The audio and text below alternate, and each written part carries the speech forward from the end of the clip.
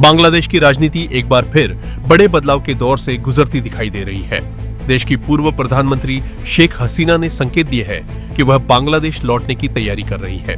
उनके इस ऐलान ने ढाका की सियासत में नई हलचल पैदा कर दी है और अब सवाल उठने लगे हैं कि उनकी वापसी देश की राजनीति को किस दिशा में ले जाएगी। करीब 2 साल पहले सत्ता से हटने के बाद शेख हसीना देश छोड़कर भारत आई थी। अब उन्होंने एक इंटरव्यू में साफ कहा है कि वह किसी भी कानूनी कार्रवाई से डरने वाली नहीं है।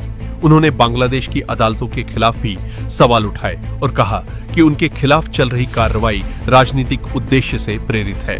बांग्लादेश अपने बयान में शेख हसीना ने 1975 में अपने परिवार की हत्या और अपने ऊपर हुए हमलों का जिक्र करते हुए कहा कि उन्होंने जिंदगी में कई कठिन दौर देखे हैं और उन्हें मौत का डर नहीं है।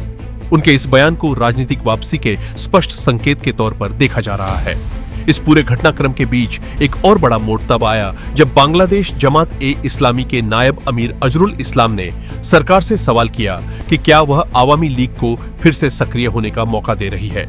जमात का कहना है कि यदि विपक्ष को पूरी तरह खत्म किया गया तो लोकतंत्र कमजोर होगा और राजनीतिक असंतुलन पैदा होगा। विश्लेषकों का मानना है कि अगर शेख हसीना इस साल बांग्लादेश लौटती हैं, तो देश में राजनीतिक तनाव और बढ़ सकता है। उनकी वापसी से एक तरफ समर्थकों में उत्साह बढ़ेगा, तो दूसरी ओर विरोधी दलों के साथ टकराव की आशंका भी रहेगी। इस घटनाक्रम पर भारत समेत कई देशों की नजर है।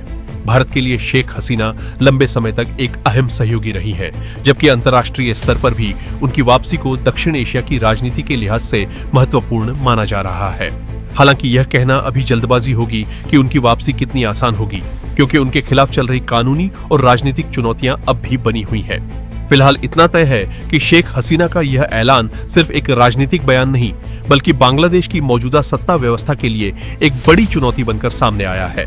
अब सबकी नजर इस बात पर है कि क्या वह वास्तव में बांग्लादेश लौट पाएंगी, और अगर लौटती हैं तो वहां की राजनीति में एक नया अध्याय शुरू होगा या फिर टकराव का एक और दौर देखने को मिलेगा।